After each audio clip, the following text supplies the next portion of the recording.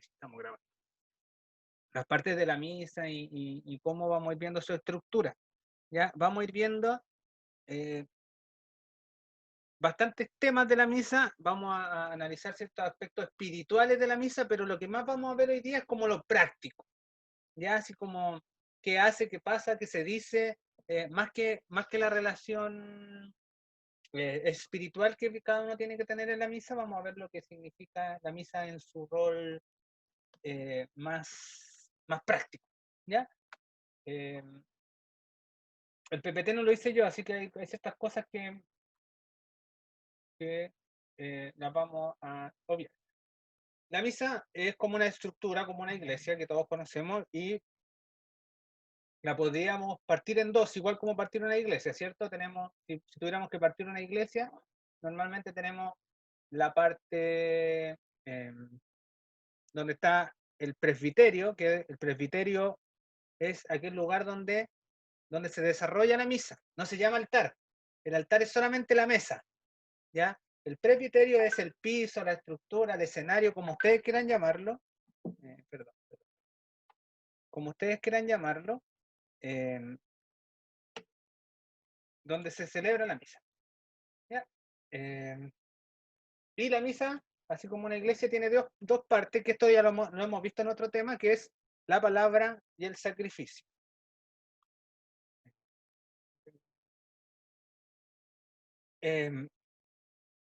Y esas son las partes más importantes, ya que lo hemos conversado, que es la palabra y el sacrificio, lo hemos visto otras veces. Y le agregamos dos puntos a la misa que son como importantes, pero son como para darle un poquito de formalidad, que es la entrada o los ritos iniciales y la despedida y el envío. El rito de entrada... Jorge, ¿qué dijiste? ¿Qué dije de...? ¿La palabra y el qué era? La palabra y el sacrificio. Sacrificio. El rito de entrada es breve y parte con... esto es como lo tradicional. Hay cosas que pueden ir y no ir, pero que no son relevantes. Por ejemplo, cuando un guía, que era aquel que dice, buenos días, hermanos y hermanas, hoy nos hemos reunido, no es relevante. Puede estar o no puede estar. ¿Ya? El rito de entrada está el canto de entrada, está el saludo del sacerdote, está el acto penitencial, el gloria y la oración colecta. ¿Ya? En el canto de entrada el curita entra, obvio, ¿ya? Y cuando entra, no solamente entra, sino que realiza algunos gestos.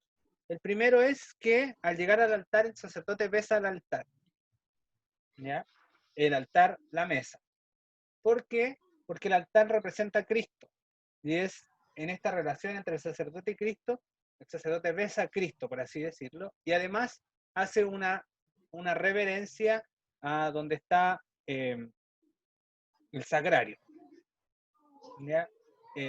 Y parte el sacerdote diciendo que debería ser lo primero que dice, en el nombre del Padre, del Hijo, del Espíritu Santo, que es hacer la señal de la cruz, y que se llama señal de la cruz porque es renovar el sacrificio de Cristo en la cruz. Ya, por eso hacemos la cruz, porque nosotros creemos que la cruz es fundamental en nuestra vida de fe. No porque creamos que la cruz es mala, sino que la cruz da sentido e inicio a todo. Después viene el acto penitencial, que es cuando pedimos perdón, pero puntualmente en el acto penitencial es cuando en comunidad pedimos perdón. ¿Ya? Porque cuando pedimos perdón individualmente es la confesión. Esto es cuando nosotros pedimos perdón por nuestros pecados en comunidad. Uno puede pedir perdón al Señor de ciertos pecados, pero, por así decirlo, solo no se nos permite pedir perdón por los pecados chiquititos. Por ejemplo, le pegué un pape a mi hija. No sé. Me dije una mentirita, por ejemplo. Pecados que no son graves. ¿Ya? Eso se podrían pedir en la misa. Y normalmente se reza el Kyrie, que es cuando uno dice, Señor, ten piedad, Cristo, ten piedad, Señor, ten piedad. Dato importante, esto es obligatorio. Siempre tiene que haber un Señor, ten piedad, Cristo, ten piedad, Señor, ten piedad. Ya sea rezado o cantado. ¿Ya? Por ejemplo, si ustedes están, y está el curita y dice, bueno, pidamos perdón, a veces se reza el yo confieso, por mi culpa, y viene el coro a cantar, y el coro empieza, Señor, perdona mis culpas, he pecado, la embarré, perdona, soy pecador, y canta ahí un canto. En estricto rigor es un canto que está mal empleado, porque como esta es una oración obligatoria de la misa, el coro tendría que cantar la oración obligatoria de la misa musicalizada. Tiene que cantar una canción que diga, Señor, ten piedad, Cristo, ten piedad, Señor, ten piedad. ¿Ya? Si el coro no lo canta, el curita tendría que rezarlo. ¿Ya? Dato importante, así para que cuando pongamos atención en la misa, si el coro canta cualquier otra cosa que no sea Señor, ten piedad, Cristo, ten piedad, ustedes deberían en silencio decir Señor, ten piedad, Cristo, ten piedad, porque esto es un rezo obligatorio de la misa. ¿Ya? Y en estricto rigor el coro la embarró y se equivocó. ¿Ya? Después viene el Gloria. ¿Ya? Que esto se reza. ¿Alguna duda ahí con lo del perdón? ¿No? Aquí se reza el yo confieso la gran mayoría de las veces. La oración que la vamos a ver después y que tiene como particularidad que uno hace un gesto de un golpe en el pecho. Pregunta que siempre se hace, ¿cuántos golpes son? Puede ser solo uno. Normalmente la gente hace 3. Puede ser solamente uno, no pasa nada. ¿Ya? Después viene el Gloria, que esto se reza solo en la misa de los domingos. Y este, al igual que el perdón, también es una oración que tiene que ser obligatoria, que es para la alegría de experimentar la misericordia de Dios, y tiene que ser textual. Por ejemplo, hay un Gloria que nosotros conocemos, que me imagino que mucho, que es Gloria a Dios, Gloria a Dios, Gloria al Padre, Gloria a Dios, Gloria. Uno lo conoce porque en Cachao lo conocemos todos, pero en estricto rigor es un canto que está mal empleado. ¿Por qué? Porque el Gloria debería ser la musicalización de la oración que dice, Gloria a Dios en el cielo, paz a los hombres que ama el Señor. Por tu inmensa gloria te alabamos, te bendecimos, te glorificamos, te damos gracias. Ese sería un canto correcto del Gloria. ¿Ya? Y se reza solamente a veces, que es los domingos y los días de fiesta. Y después viene la oración colecta, que aquí es una oración bien importante porque tenemos 3 grandes oraciones en la misa. Una es la oración colecta, la otra es la oración por sobre la ofrenda y la otra es la oración post comunión. La oración colecta parte cuando el curita dice, oremos. ¿Qué es lo que hace? Aparte de leer la oración que está predestinada para la misa, se une a la oración que hace el curita todas las intenciones y oraciones que nosotros traigamos a la misa. ¿Ya? Por ende, cuando el curita diga oremos, no tenemos que seguir la mosca que vuela por el templo, sino que tenemos que presentarle al Señor la oración que cada uno tiene en el corazón, sea cual sea. ¿Ya? Por eso ahí dice, el Padre abre los brazos, levanta las manos, porque está recolectando todas las oraciones hechas por el pueblo. Después pasamos a las 2 partes más importantes de la misa, que esto ya lo hemos visto, que es la liturgia de la palabra y la liturgia eucarística. La liturgia de la palabra la vamos a pasar bien rápido porque dedicamos un tema exclusivo a la liturgia de la palabra, ¿cierto? Sí. Tenemos que la liturgia de la palabra es... ¿alguien se acuerda en qué consiste la liturgia de la palabra?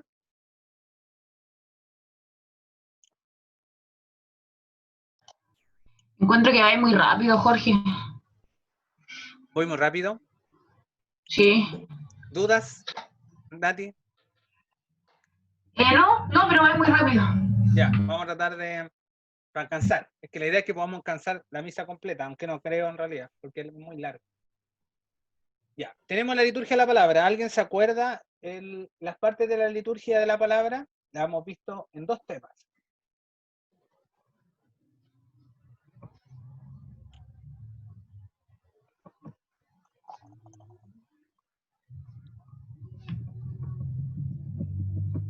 ¿No? Ya. Tenemos la primera lectura, que normalmente se toma del Antiguo Testamento.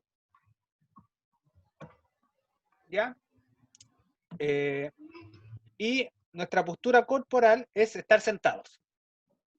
La puede leer cualquier persona y la primera lectura siempre va a terminar con la frase palabra de Dios.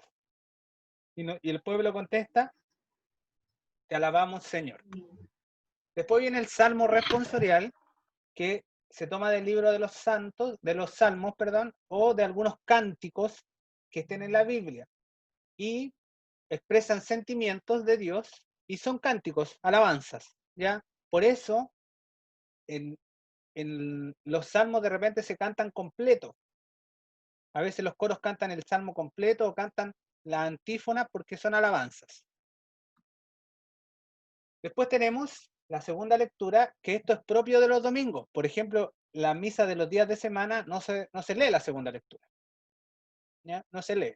Eso es propio de los domingos y los días de fiesta y está tomada del Nuevo Testamento. Normalmente de las lecturas de la carta del apóstol San Pablo.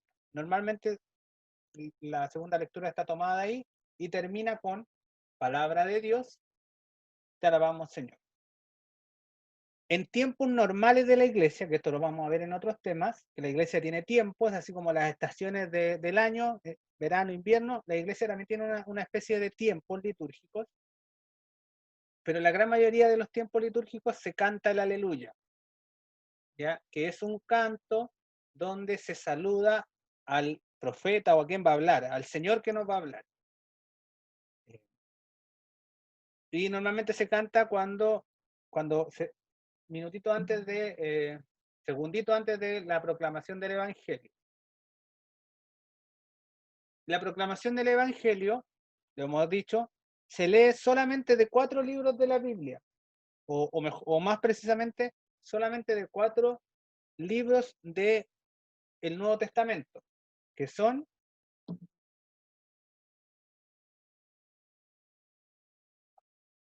Mateo,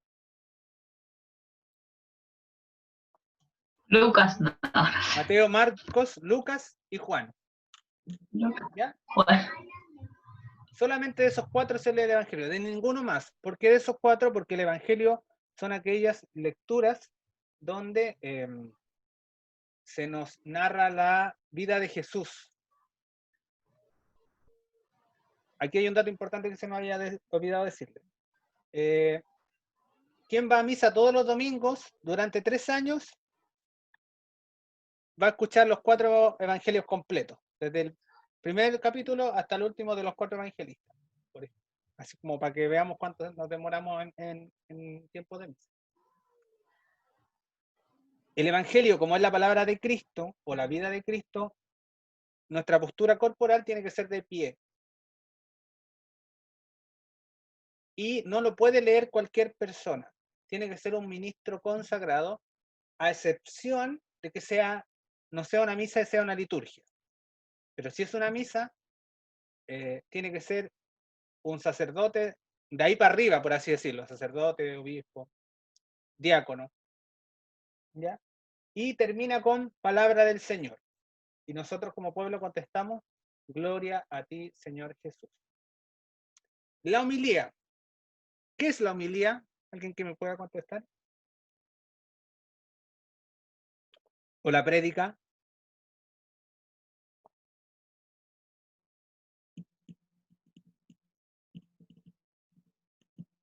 No, yo no lo tengo anotado, al menos. Te escuché bajito. Habíamos dicho... La semana pasada creo que habíamos dicho que era la explicación de las lecturas. La Katy, Explicación de las lecturas. muy bien, muy bien. La homilía o la prédica es la explicación de la lectura, ¿ya? Y tiene que ser la explicación de la lectura o cómo podemos tomar la palabra de Dios que hemos escuchado en nuestra vida. Porque le he dicho ya creo como por tercera o cuarta vez, si algún curita una vez empieza, yo cuando era joven hicimos, no, ya no es la vida personal del curita, sino que es la explicación de las lecturas que hemos escuchado. Se pueden hacer algunas excepciones, por ejemplo, cuando hay un funeral, a veces los curitas predican sobre los testimonios de vida de las personas que han fallecido. O por ejemplo, para la fiesta de la Virgen, hay una parte de la homilía donde los obispos dedican parte de la homilía explicativa a lo que es la fiesta de la Virgen, ¿ya? Pero es porque son excepciones y celebramos la fiesta, ¿ya? Pero en estricto rigor no puede ser cuando empieza, yo cuando me casé o entré al seminario, y esto lo escuchamos, es habitual, no, ya no, no. ¿Dudas hasta ahí? Recordad que estamos en la parte de la misa que es la liturgia de la Yo tengo palabra. una duda. ¿Me escucho? ¿Sí? Ah, ya. Pero en la parte de la homilía también pueden ellos dar así como, no sé si son ejemplos, pero sobre la actualidad o la sociedad en sí, o es solamente contenido religioso. Depende, porque el enfoque primordial de la homilía tiene que ser la explicación de la lectura y cómo podemos llevar la lectura a la vida cotidiana, ¿ya? ¿Qué es lo que hacen muchos sacerdotes hoy día? Por ejemplo, eh, que ocupan las lecturas para abarcar ciertas contingencias sociales, pero desde las lecturas, no desde el pensamiento personal, sino que desde las lecturas. Por ejemplo, hay otras instancias, por ejemplo, cuando hay misas con autoridad y cosas por el estilo, hay algunos curitas que son un poco más duros y aprovechan ahí la lectura para tirar un raspacacho a las autoridades políticas y todo el tema. Pero, pero siempre tiene que ser en base a las lecturas. Yo no digo que no se haga, porque se hace, pero lo ideal es que siempre tenga por lo menos un hilo conductor a la lectura, por lo menos, algo que una la opinión a la lectura. Ah, ya. Gracias. Sí, porque también sería hacernos los locos, pues, como iglesia, ¿cachai? Por ejemplo, no sé, pues si hoy día hablamos de las malas decisiones políticas, por ejemplo, sería muy raro que un sacerdote no haga alusión a eso, porque es lo que hoy día vive la gente. ¿Ya? Así que Sí, po, por eso te decía, porque las veces que tuve misa así como en el colegio, los curitas generalmente daban ejemplos asociados a la actualidad, lo que estaba pasando en ese momento. Entonces, tenía esa duda. sí, y es acomodarse a las realidades. Por ejemplo, eh, cuando a uno le toca hacer una misa con jóvenes, no va a ser tan estricto en la homilía y volver a explicar y hacer como una catequesis porque los cabros no van a pescar, sino que los curas intentan tener ejemplos y conectarlo a la vida realidad de cada uno. Yo he escuchado curas hablando de redes sociales, pero que lo asocian a la lectura y sirve. Después de la homilía viene la profesión de fe, ya que la profesión de fe se resume en el credo, aquella oración que es fundamental en la vida de la iglesia porque cuando uno dice, ¿y yo en qué tengo que creer? Bueno, en el credo está todo lo que los católicos deberíamos creer. Está el resumen de nuestra fe, o un símbolo de nuestra fe, y tenemos que profesarla públicamente en la misa, porque ahí está como nuestro contrato de trabajo, por así decirlo, porque ahí está todo lo que deberíamos creer. Se llama credo porque la mayoría de las frases del credo parte con creo en Dios Padre, creo en la Iglesia, creo en el Espíritu Santo, creo, y así se va a desarrollar.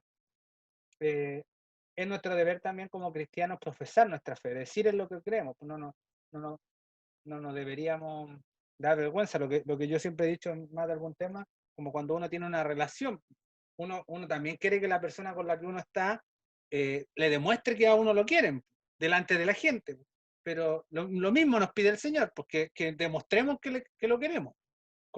Y el credo es una opción. Nuestra primera profesión de fe se hace en el bautismo. El signo del bautismo es decir, yo creo.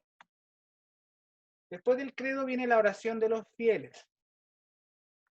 Que la oración de los fieles es aquella cuando pedimos y hacemos un listado de peticiones, por así decirlo. Normalmente se pide por la iglesia, por los gobernantes, por la paz en el mundo, por la humanidad, por los difuntos. Y cuando dicen, escúchanos Señor, no, roguemos al Señor, escúchanos Señor, te rogamos. No necesariamente siempre vamos a pedir solo por la iglesia o solo, uno también puede pedir por las cosas que son personales y de cada uno de nosotros. Y ahí termina la liturgia de la palabra. ¿Ya? Ahí termina la liturgia de la palabra, que es como la parte de la catequesis de la misa. Y después viene la liturgia eucarística. Por si voy a hablar. Que es la parte más importante de la misa, o bueno, ambas son importantes, pero este tiene un grado un poco más importante, porque aquí está el sacrificio puro de Cristo. Y se divide en el ofertorio, la consagración y la comunión. El ofertorio es cuando uno presenta los dones que se van a convertir en Cristo en la consagración. ¿Para qué? Para que los fieles y la asamblea los reciban en la comunión. Algunos de los vasos litúrgicos que se ocupan en este momento son las vinajeras que contienen el pan, o sea, el vino y el agua. Está el copón donde van las hostias, está el cáliz y está el lavabo, que es para que el sacerdote se lave las manos. El sacerdote o los acólitos, depende de la iglesia, llevan al altar el pan y el vino para que el sacerdote lo ofrezca a Dios. ¿Qué es lo que se presenta? Porque uno ve que el acólito, el curita va con una bandejita y va caminando y se acercan y como que el curita callado dice algunas cosas o lleva algunas cosas. Bueno, ¿qué es lo que se presenta? El pan, las hostias, el vino, que no es que el curita se pegue un Santa Elena para adentro y no, ¿ya? Sino que es un vino que casi no tiene grado alcohólico y que, bueno, algunas personas lo llaman el vino de la misa, pero dentro de los tipos de vino es conocido como el vino dulce. ¿Ya? Y no es que, bajo toda la honestidad, no es que el curita vaya a un convento a comprar el vino dulce. Ahí la Estrella uno va y puede comprar el vino que es apto para la misa. ¿Ya? A este vino se le echan unas gotitas de agua para la purificación. Y también porque fue el agua y la sangre lo que salió del costado de Cristo cuando le enterraron la lanza en la cruz. Ahí hay una imagen representativa, porque no es pan lo que nosotros vemos en la misa, sino que son las hostias. Y Melquisedec también ocupaba esto del pan. Está en el Antiguo Testamento el tema del pan y el vino. Y aquí, después de que se presentan, después que el padre se lava las manos, después de que el padre reza algunas oraciones en silencio, viene la oración sobre las ofrendas. ¿Ya? Y que esta oración parte, porque, por ejemplo, aquí hay un momento donde la gente está, miro para el lado, me paro, no me paro, me siento, no me siento, cuando me tengo que parar. Aquí cuando uno se tiene que parar, cuando el padre dice, Oren, hermanos y hermanas, para que este sacrificio que es tuyo y mío sea agradable a Dios Padre Todopoderoso. Y uno dice que el Señor reciba de tus manos este sacrificio. Y continúa, no me acuerdo ahora. Y continúa. Y el Padre dice, acepta, Señor, nuestros dones. Ahí nos tenemos que parar. ¿Por qué? Porque en todas las oraciones importantes de la misa, que son 3, debemos estar de pie. La oración colecta, que está en el rito inicial, cuando el curita dice oremos, nos paramos, ¿cierto? Estamos de pie en realidad. Y acá nos debemos poner de pie. Y el curita dice oremos, pero el problema es que no lo dice como estamos acostumbrados a que diga oremos, sino que dice oren, hermanos y hermanas, para que este sacrificio. Y ahí nos deberíamos poner de pie. Y ahí, bueno, viene la oración y después viene el prefacio, ¿ya? Que es una parte de la misa donde el curita dice, el Señor esté con ustedes, con tu espíritu. Levantemos el corazón. Lo tenemos levantado desde el Señor. Normalmente la gente cree que como dice, levantemos el corazón, ahí nos paramos. Pero no, es un poquito antes, ¿ya? Y ahí se va haciendo algunas intercesiones donde el prefacio termina con la invocación de los santos. Y normalmente terminan con una frase que dice, y junto con los santos cantamos el himno de tu gloria. Y ahí viene el santo, ¿ya? Y que normalmente el santo son casi todos iguales porque al igual que otros cantos es una oración que se tiene que musicalizar, ¿ya? Que es santo, santo es el Señor, Dios del universo, hosana en el cielo, bendito es el que viene en el nombre del Señor. Eso es obligatorio que deberían tener los santos. Después que termina el santo, viene una parte bien importante que se llama la epíclesis. Epíclesis, que es cuando la iglesia, por medio del sacerdote, pide la intercesión del Espíritu Santo o le pide al Señor que envíe el Espíritu Santo para que bendiga el pan y el vino, para que se puedan convertir en el cuerpo y la sangre de Cristo. ¿Cuándo es la epíclesis? Cuando el curita, terminado el santo, pone sus manos sobre el pan y el vino. Además, en la gran mayoría de las partes y en las iglesias donde hay acólitos, tocan una campanita. Cuando ese momento comienza o empieza, además empieza el momento más importante de la misa, el más importante, que es la consagración. Como estamos de pie, nuestra postura corporal debe ser de máxima adoración y reverencia hacia el Señor. Dice el misal, que es el librito de la misa, todos deben estar de rodillas. Pero se entiende que hay ciertas situaciones de dolor, de enfermedad que no nos permiten. Pero en estricto rigor todos deberían estar de rodillas porque no debe haber nada más importante que el Señor. Todos deberíamos estar haciendo una reverencia al Señor. Y ahí empieza la consagración, que es el relato de la institución de la Eucaristía, ¿ya? Que es cuando se dice, tomad y comed todos de él, tomad y bebed todos de él. ¿Ya? Fotografías de referencia. Decimos que es el momento de la institución porque es la réplica de lo que Jesús mismo dijo en la última cena. Tomad esto y comed.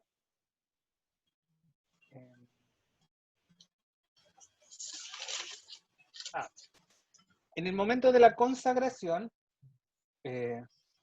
se realiza el cambio, ¿ya? Y se pide al Espíritu Santo que el pan deje de ser pan y el vino deje de ser vino, sino que se conviertan en el cuerpo y la sangre de Cristo realmente, ¿ya? Lo hemos conversado otras veces, sobre todo para el Corpus Christi, que nosotros creemos que Cristo está real y verdaderamente presente en las especies de pan y vino una vez que están consagrados, ¿ya? El momento se llama consagración, pero este cambio la Iglesia le ha puesto el nombre de transubstanciación, ya que está ahí abajito, que así se llama el proceso del cambio del pan al cuerpo y del vino a la sangre. ¿Ya?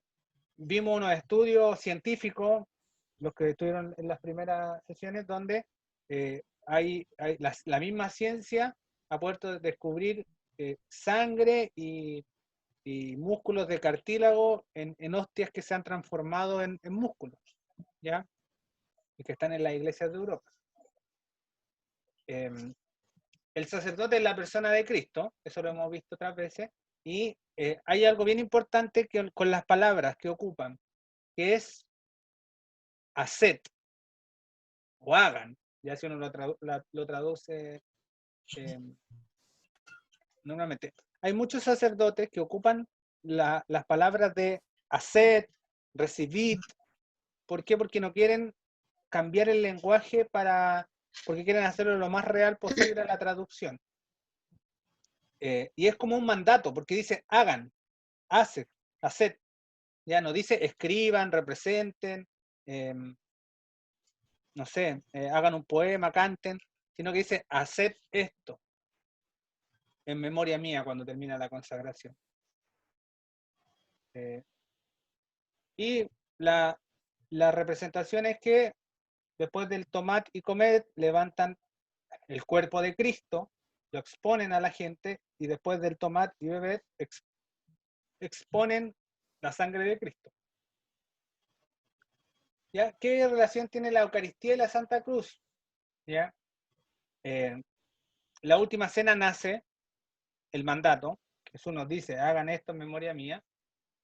El viernes Jesús muere, entrega su sangre por nosotros, y la Santa Misa une estas dos cosas porque representa el mandato, la muerte de Jesucristo, y esto dura hasta que el Señor vuelva.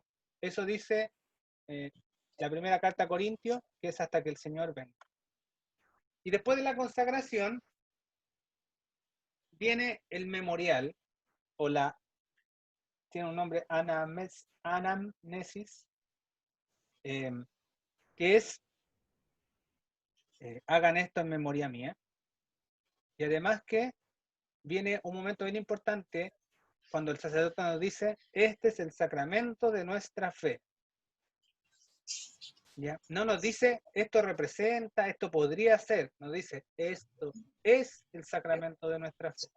¿Ya? Porque ahí está lo que debemos creer. Después de ese momento, nos podemos poner de pie sin ningún problema, y viene una serie de intercesiones y peticiones. Se pide por la iglesia, por el obispo, por las personas, por los difuntos, no me acuerdo, está el Papa, los obispos, los sacerdotes, los difuntos, y una serie de peticiones que van a ir. Incluso, por ejemplo, en algunos, cuando hay bautizo se pide por el bautizado, cuando hay matrimonio se pide por los matrimonios. Después de la consagración se pide por diferentes intercesiones. Ahora, hay una esta importante, hay mucha gente, no sé si ustedes se darán cuenta, unos que se paran antes, unos que se paran después, que están todos de rodillas. ¿Por qué hay personas que se paran antes y otras que se paran después? Porque viene la consagración, vienen estas intercesiones y después viene la doxología, que es el nombre técnico que tiene, que es cuando el sacerdote vuelve a levantar el cuerpo y la sangre de Cristo y dice, por Cristo, con Él y en Él, a ti Dios Padre, omnipotente. ¿Por qué la gente se queda de rodillas hasta ese momento? Algunas, porque hay algunas personas que dicen, yo no me siento digno de estar de pie cuando vuelven a levantar al Señor. Pero en estricto rigor, nosotros deberíamos estar solo de rodillas en la consagración. Hay otros que son un poquito más piadosos, pero está bien. Y ahí lo que yo les decía, por Cristo, con Él y en Él, y termina con amén. Y ahí terminaría la liturgia eucarística. ¿Alguna duda o consulta hasta ahí? ¿No? Vamos muy rápido para eso, ¿no? ¿Está bien?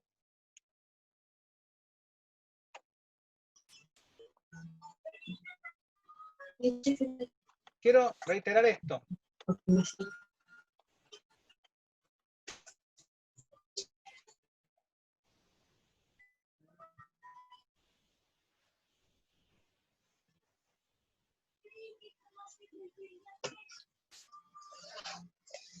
El tema de la consagración es el momento más importante. ¿Ya? Todos los momentos de la misa son importantes porque van relacionados unos con otros. Pero este es el momento más importante de la misa. ¿Ya? ¿Por qué? Porque está en lo que creemos. Si no creemos eso, tenemos dos opciones. Nos abrimos el corazón y la mente para empezar a creer o intentar creer, o derechamente tendríamos que buscar otras religiones, porque aquí está lo más importante de nuestra fe. ¿Ya? Suena como duro, pero es categórico. Es como que yo vaya al estadio de Colo-Colo siendo hincha de la Católica, por ejemplo. No tiene mucho lógico, ¿cierto? Es como que yo me compre la camiseta de Argentina, siendo que a mí me gusta la selección chilena. ¿Ya? Lo mismo pasa acá. Esto es vital para nuestra fe. Después que termina la liturgia de la Eucarística, viene el rito de la comunión y se reza el Padre Nuestro. Que este Padre Nuestro tiene una particularidad, que yo sé que ustedes se la saben.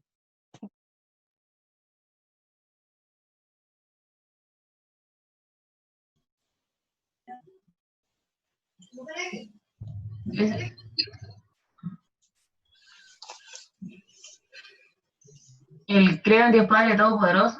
No. No. No, tiene una particularidad. Normalmente rezamos el Padre Nuestro en nuestra habitualidad de una manera, y aquí se le omite una parte a este Padre Nuestro, al Padre Nuestro de la misa. ¿Se le omitía el amén?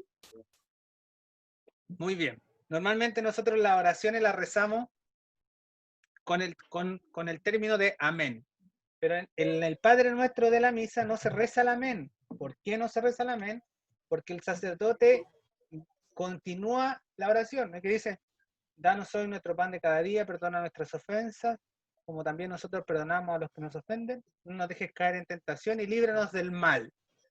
Y el sacerdote continúa, para que pongan atención cuando venga: líbranos de todos los males, Señor, bla, bla, bla, bla. ¿Ya? Continúa, y el sacerdote después reza el amén.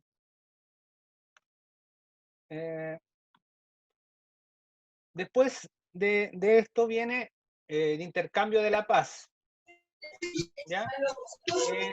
Que es un mandato que nos deja San Pablo, que había que luchar contra las divisiones de un lado y el otro, ¿ya? Porque cuando se empezó a crear la iglesia, habían divisiones entre los que eran, no sé, los cristianos de la isla de Maipo, los cristianos de Talagante, los cristianos del monte, habían ciertas divisiones, y Pablo, para evitar estas divisiones y que creyeran solo en un solo Señor, empezó a crear el intercambio de la paz, y que gesto que se ha extendido hasta el día de hoy, ¿ya? Nuestra postura corporal es un gesto de paz al hermano que yo tengo adelante, atrás. Idealmente no devolverse, o hay personas que revuelven toda la iglesia para poder dar el saludo de la paz. Idealmente que no, que solamente a la gente que tengamos y que sea. Hay otros que son más creativos, que le ponen ahí saludos y cosas por el estilo, pero no. Idealmente que sea un saludo fraterno al que está más cercano. ¿Por qué? Porque aquí a mí esto me genera un poco de ruido, porque la paz nos desordena un poquito para un momento bien importante que viene después. Por ende, tiene que ser breve para que no nos concentremos del momento que viene después, que es la fracción del pan. ¿Alguien se había dado cuenta que el Padre en algún momento parte la hostia? Normalmente no, porque todos están pendientes de la paz. Y pasa como piola este pan, ¿ya? Y la fracción del pan... Yo siempre estoy pendiente de cuando parten la galleta. Sí. La La fracción del pan evoca la Eucaristía. ¿Ya? Y es un gesto del compartir también. Y después de eso viene el rito de la comunión, que es, bueno, o sea, ya estamos en el rito de la comunión, que es cuando se invoca al Cordero de Dios, que quita el pecado del mundo, que esa también es una oración que es una oración que es rezada tal cual. No puede ser cambiada. Siempre tiene que decir, Cordero de Dios que quita el pecado del mundo, ten piedad de nosotros. Cordero de Dios que quita el pecado del mundo, ten piedad de nosotros. Cordero de Dios que quita el pecado del mundo, danos la paz. Si hay un coro que canta otra cosa, no, estaría mal porque eso es lo que dice. Y después de este momento, hay otro momento donde la gente, normalmente la gente más de edad, mantiene una tradición hasta el día de hoy, que es volver a ponerse de rodillas porque el sacerdote vuelve a levantar el cuerpo de Cristo y dice, este es el...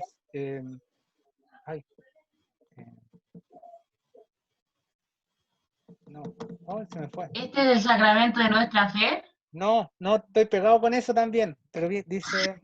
Ando súper mal hoy día. sí, Nati.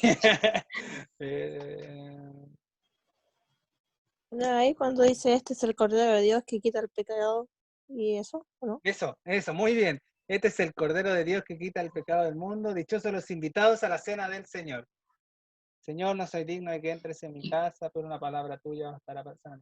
Mucha gente se pone de rodillas. ¿Y cuál es el momento que dicen este es el sacramento de nuestra fe? Después de la consagración. ¿Después? Después de la consagración.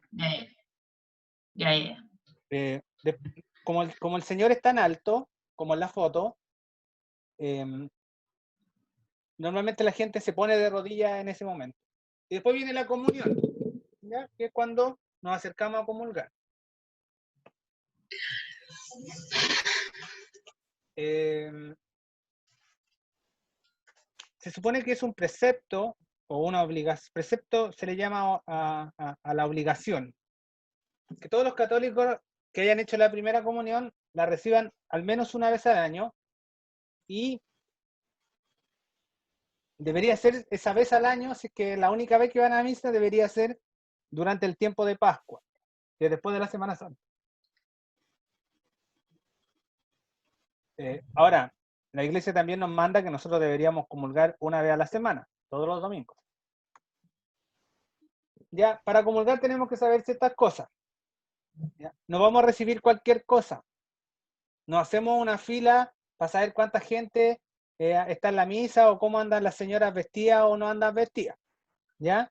Sino que debemos saber que hacemos esta fila porque vamos a recibir al Señor. Debemos saber quién se recibe. Debemos guardar el ayuno eucarístico. ¿Qué quiere decir el ayuno eucarístico? Se nos pide que, bueno, antiguamente eran como 2-3 horas de ayuno sin comer absolutamente nada antes de la misa, como 3 horas antes. Pero hoy día no se puede. Idealmente que uno haga un ayuno eucarístico de media hora, una hora antes de comulgar. Por ejemplo, los que son buenos para el puchito, no, si saben que a las 8 voy a ir a misa, no 2 para las 8 estar y entrar a la misa ahí, sino que hacer un ayuno de decir, ya, hoy día como voy a ir a misa, el último puchito que me voy a fumar va a ser a las 7 de la tarde, por ejemplo. O si voy a comer algo, que mi última comida sea, no sé, a las 7:30, a las 7 de la tarde. Mantener un ayuno eucarístico, ¿ya? No tomar bebida al interior durante la misa, no comer nada durante la misa, porque se nos pide mantener el ayuno. Yo no entendía mucho este ayuno y a modo de testimonio, yo me acuerdo que fui a un encuentro, una misa con el Papa Francisco en Brasil. Íbamos a tomar, no habíamos dormido nada, estábamos muertos de sueño, y lo único que tenía para tomar era una Red Bull. Y yo abrí la Red Bull en plena misa y una señora fue y me la botó. Y me dijo que no, que había que tener el ayuno eucarístico en la misa y que cómo se me ocurría a mí tomar una bebida en la misa. Y yo estaba la cagada, disculpando la expresión, porque habíamos estado desde el día anterior ahí haciendo vigilia y después entendí, lo pregunté, lo averigué, que claro, que hay que tener un ayuno. Ahora, en ese caso, yo no encontré que era mucho, porque son casos excepcionales, pero en plena conciencia uno debería mantener un ayuno. ¿Ya? Dice también ahí, tener conciencia de tener un alma en gracia. Por ejemplo, fui y maté un perrito. Y voy, a propósito, porque soy malo y me dieron ganas de matar un perrito. Y voy y voy y comulgo en la misa, el mismo día. No, no estoy en gracia, pues, no estoy en una sana distancia con Dios. Si yo voy y robé un banco y después voy a comulgar, no debería hacerlo porque no me confesé. Y estoy con un pecado grave. Ya, por ende, si yo no estoy en gracia, no debería comulgar. Como dice ahí también, si tengo conciencia de un pecado grave, nos tenemos que confesar antes de comulgar. Cuando voy a comulgar, también participo, aparte de ir en una actitud piadosa y no sapeando a la gente que está o que no comulga, porque eso también se da mucho. Por ejemplo, hay gente que hace la fila y está, oh, mira, esta señora no se paró, quizás qué pecado tiene que no comulgó. ¿Cachai? No. Yo tengo que ir en esta procesión, por así decirlo, a comulgar en oración y tengo que contestar, este es el cuerpo de Cristo, amén. ¿Ya? Y tengo que contestar, amén. Uno que es ministro de comunión y le ha tocado dar la cacha que de repente pasan ciertas cosas que uno lo dejan ahí medio descolocado. Por ejemplo, me pasó una vez a mí, este es el cuerpo de Cristo, dije yo, gracias, me dijo un cabro. De nada, no, es amén. ¿Ya? Este es el cuerpo de Cristo, amén, porque yo creo que eso es el cuerpo de Cristo, ¿ya? O no sacar la lengua y no decir nada, sino que debemos contestar, el cuerpo de Cristo, amén. ¿Cómo yo debería recibir la comunión? Idealmente en la boca o con las manos, ¿ya? Con las manos, poner las manos para que me deje la hostia encima o el cuerpo de Cristo encima de la mano y me la debo comer ahí mismo, no llevarme la escondida ni cosas por el estilo. Cuando la recibo en las manos, tengo que ser súper cuidadoso, ¿ya? Por eso se recomienda que sea siempre en la boca. ¿Por qué cuidadoso? Porque estamos recibiendo el cuerpo de Cristo y hay ciertas partículas que quedan en la mano que nosotros no las podemos llegar y botar, sino que deberíamos juntarlas, lo que se vea obviamente, y comerlo igual. Por eso la misa no se hace con un pan, porque decía, oye, pero si Jesús ocupó pan en la última cena, ¿por qué nosotros no ocupamos un pan? ¿Por qué? Porque al momento de la fracción se van a repartir migas por todos lados y se pueden perder partículas del cuerpo de Cristo. ¿Ya? Yo creo que les conté en algún momento para el Corpus Christi que si hay una hostia que se cae al suelo, uno tiene que parar de dar la comunión, tiene que limpiar el suelo, tiene que hacer todo un proceso antes de seguir. No puede decir, ah, ya se cayó, no importa que se la coman los perros. No. ¿Ya? ¿Por qué? Porque es sagrado. ¿Ya? Por ende, la hostia tienen en ingredientes los mismos ingredientes que el pan. Es harina y agua. Nada más. Bueno, y normalmente después vuelvo a mi puesto, me siento y puedo realizar una oración o me mantengo en oración. ¿Alguna duda hasta ahí? Ya, bien. Y después viene el rito de la conclusión, que me falta algo. Después de comulgar, el curita dice, oremos de nuevo, nos ponemos de pie, realiza una oración, y después viene el rito de la conclusión, que es cuando el padre nos da la bendición. Esto es propio, ya yo creo que deberían salir en las estructuras de la misa los avisos parroquiales, y después el curita viene, hace la despedida, que no es solamente un chao, váyanse para la casa, sino que el Padre dice, podemos ir en la paz y en la alegría del Señor, demos gracias a Dios. ¿Por qué? Porque es un envío, ¿ya? Se supone que nosotros vamos a misa para compartir después la palabra de Dios. Y ahí es donde nace el dicho, hoy venís recién saliendo de la misa, y hoy andáis recién saliendo de la misa. ¿Por qué? Porque se supone que después de la misa uno debería ir a anunciar la palabra de Dios o comportarse como buen cristiano. ¿Ya? Eso.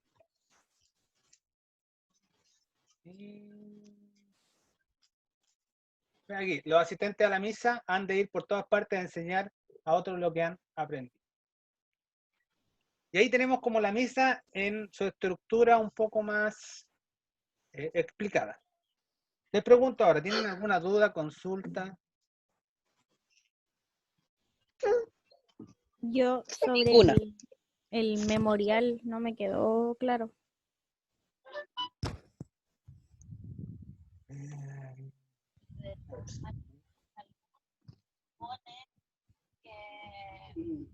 Ya. Cuando hablamos del memorial, estamos en la consagración, ¿verdad?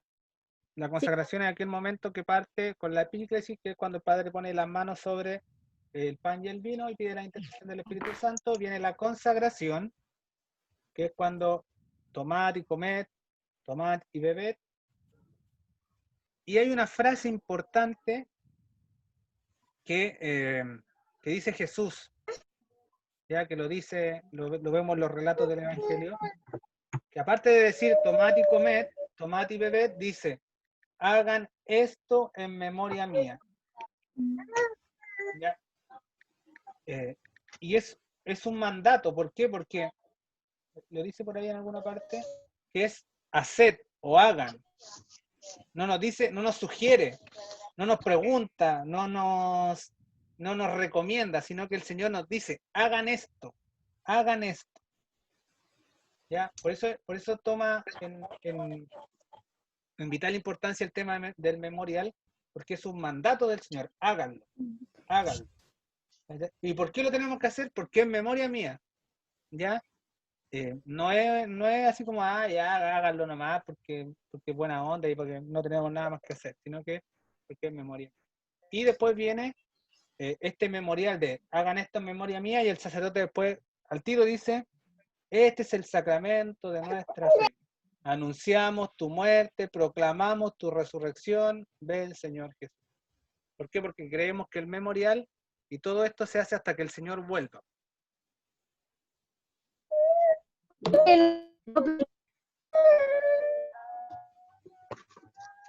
Esto está bien. No te... Bueno, de ahí No dijo nada, ¿sí? quiero meter. ¿No? ¿Alguien tiene alguna consulta? Yo quería tomarme un mate. ¿No? Ya. No. Datos importantes.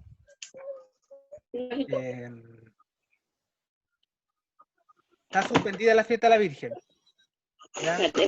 Ya salió el comunicado oficial de la parroquia donde se modifica, mejor dicho, el término es se modifica la celebración de la fiesta. ¿Ya? Y se modifica en su estructura, porque no vamos a tener la gran fiesta que tenemos todos los años, y se modifica en el contenido. ¿Por qué?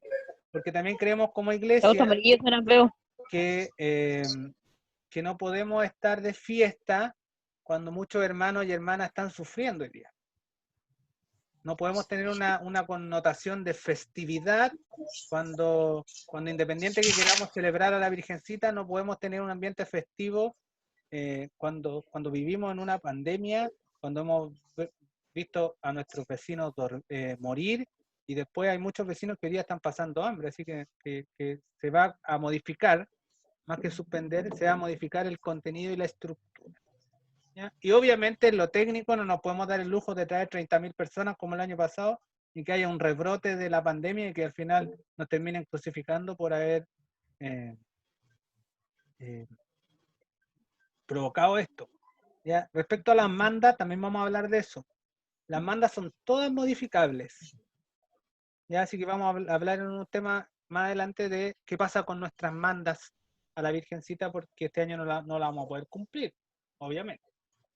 Eso es lo primero. Lo segundo es que, bueno, ya tenemos, empiecen a familiarizar sus caras, porque no se va a agregar nadie más al grupo, ¿ya? Normalmente vamos a ver a José y a Ignacia que se suman de vez en cuando, pero es porque por motivos de estudio les complica los sábados. Pero están en el transcurso de la semana revisando los temas, o nos hemos juntado otros días para poder pasar los temas, pero no va a haber nadie más, ¿ya? Y me imagino se habrán dado cuenta en el grupo que aquellos que nunca se conectaron, yo los saqué y otros se salieron solos, ¿ya? Pero evitar el tema de la asistencia, porque es lo que define también si ustedes se van a confirmar o no. Así como va la cosa, yo creo que este año. Así que eso. Los invito a que más ratito les voy a mandar el link de la misa para que se puedan conectar a la misa y bueno, nos va a acompañar la Nati hoy día con la lectura.